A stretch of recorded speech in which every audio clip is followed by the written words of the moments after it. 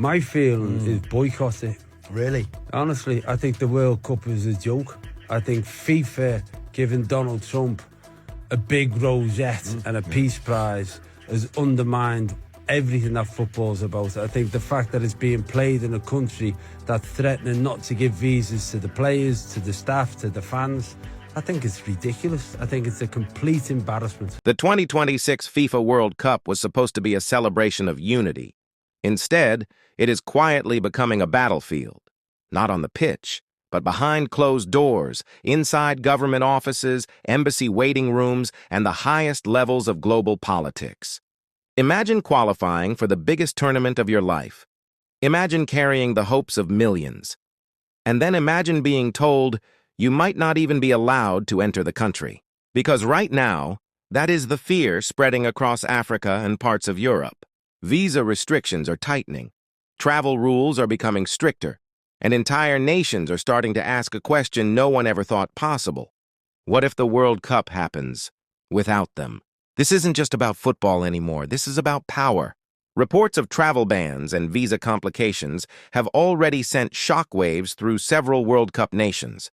Players, officials, and fans are quietly wondering whether politics could decide who gets to participate and who gets left behind.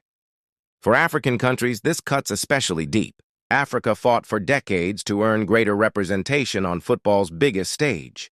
In 2026, for the first time in history, 9 African nations qualified.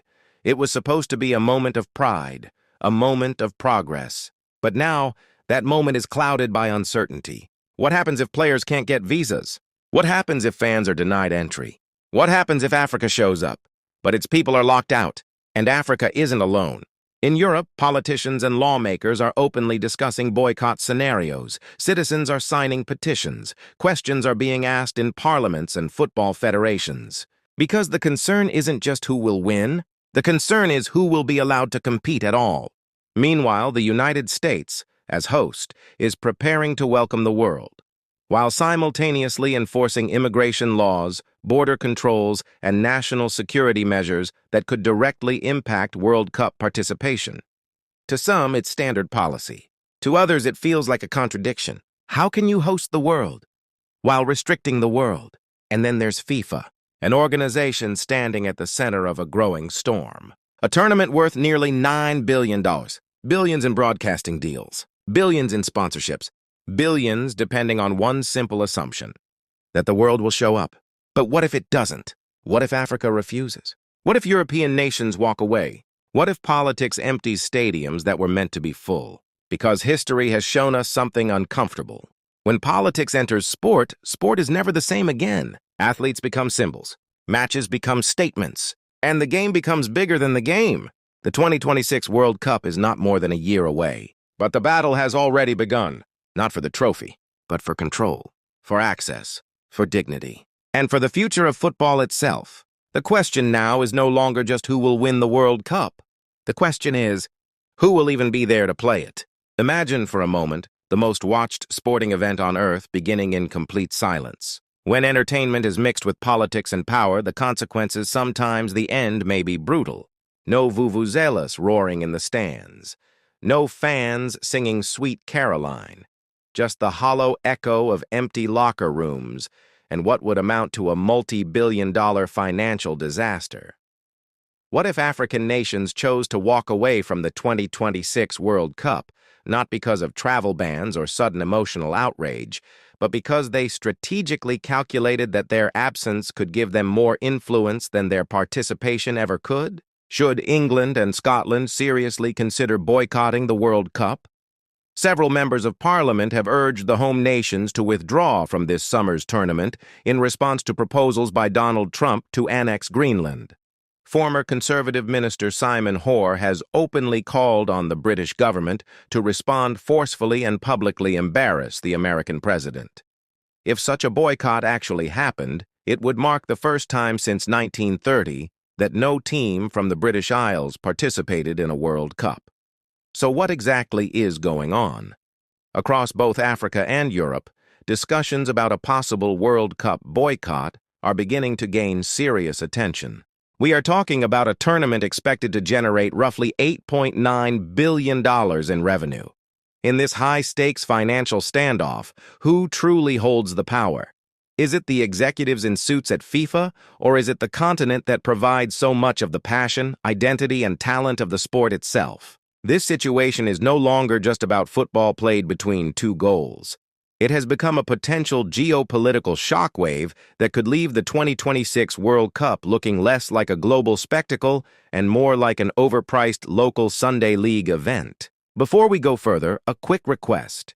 If you enjoy this honest and unfiltered perspective on the beautiful game, please hit the subscribe button and turn on notifications. More than 92% of viewers still haven't subscribed. Frankly, that conversion rate is worse than a striker who can't finish with either foot. It costs nothing, takes only a second, and truly helps support the channel. Thank you. Now, let's continue.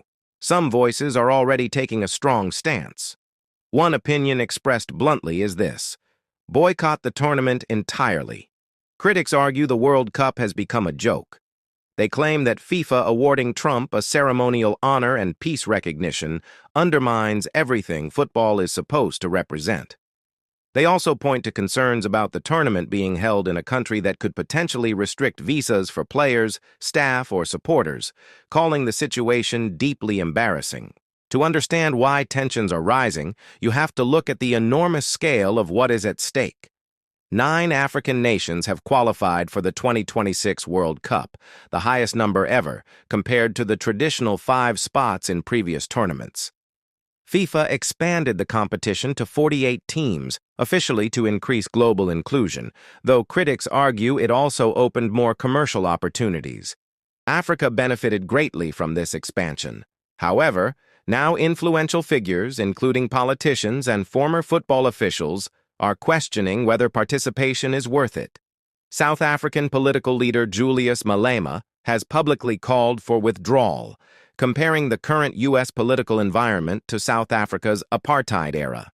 He argued that South Africa should seriously consider withdrawing from the tournament entirely, stating that when nations violate international law and human rights, global boycotts have historically followed. Even former FIFA president Sepp Blatter, a man with deep insider knowledge of football's inner workings, has encouraged fans to stay away. Swiss legal expert Marc Pieth, who previously chaired FIFA's Independent Governance Committee, has echoed similar concerns. These are not random activists. These are experienced insiders who understand FIFA's financial and political structure better than most. So what would an organized African boycott actually mean? Let's move beyond emotions and politics and focus on pure strategy. What would FIFA lose? What would Africa sacrifice? And in this confrontation, who would blink first? The answer lies in money.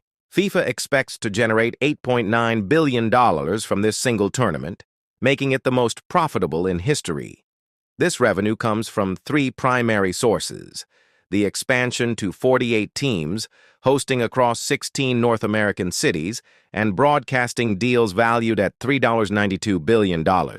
Broadcasting alone makes up 44% of FIFA's income. Sponsorship and marketing contribute another $2.69 billion.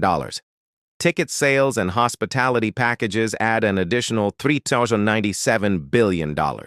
This entire financial structure depends on one key assumption: that the World Cup features the best teams and players from around the world. If Africa's 9 teams withdrew, FIFA would lose far more than just numbers. They would lose Morocco, the historic semi-finalists. They would lose Senegal, one of Africa's strongest modern teams.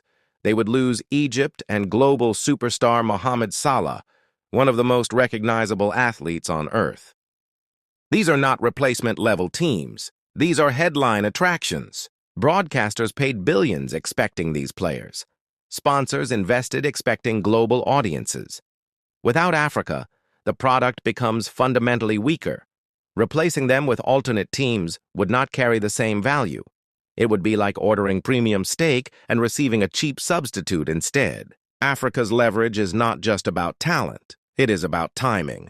The World Cup begins on June 11, 2026. Broadcast schedules are finalized. Sponsorship campaigns are already underway. If Africa withdrew now, FIFA would have very few realistic solutions. But a boycott would come at a cost. Each qualified team receives at least $10.5 million just for participating. That totals nearly $95 million for African federations, money that supports infrastructure, youth programs, and development. For smaller nations, this funding is critical. There is also the human factor. For players like Mohamed Salah, this could be their final opportunity to compete on football's biggest stage. And there is risk. FIFA could retaliate by reducing Africa's future qualification spots. A boycott would only work if every African nation participated. If only some withdrew, FIFA could continue. Achieving that level of coordination across multiple sovereign nations with different political relationships and economic ties would be extremely difficult. Organizations like the African Union and Confederation of African Football would need to support the decision.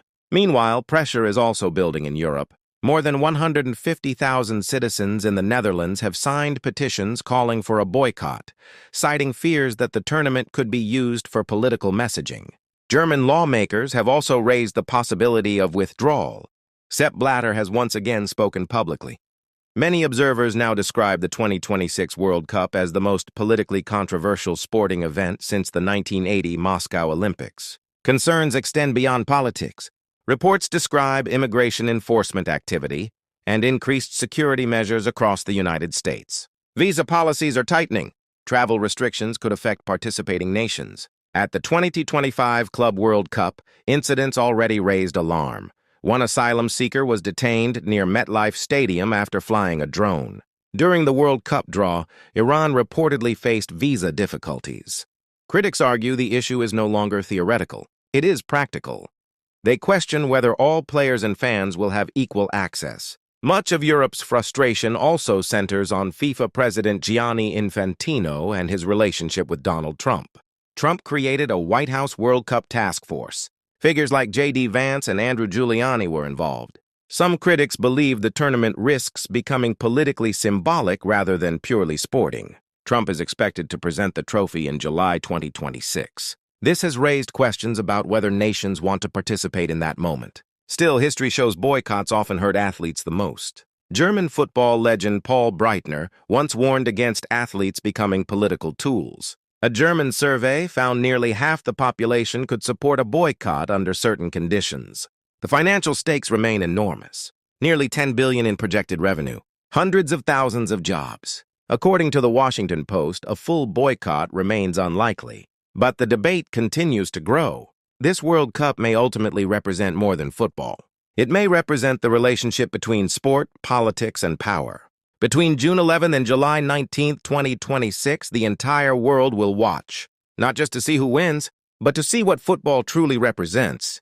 Thank you for watching.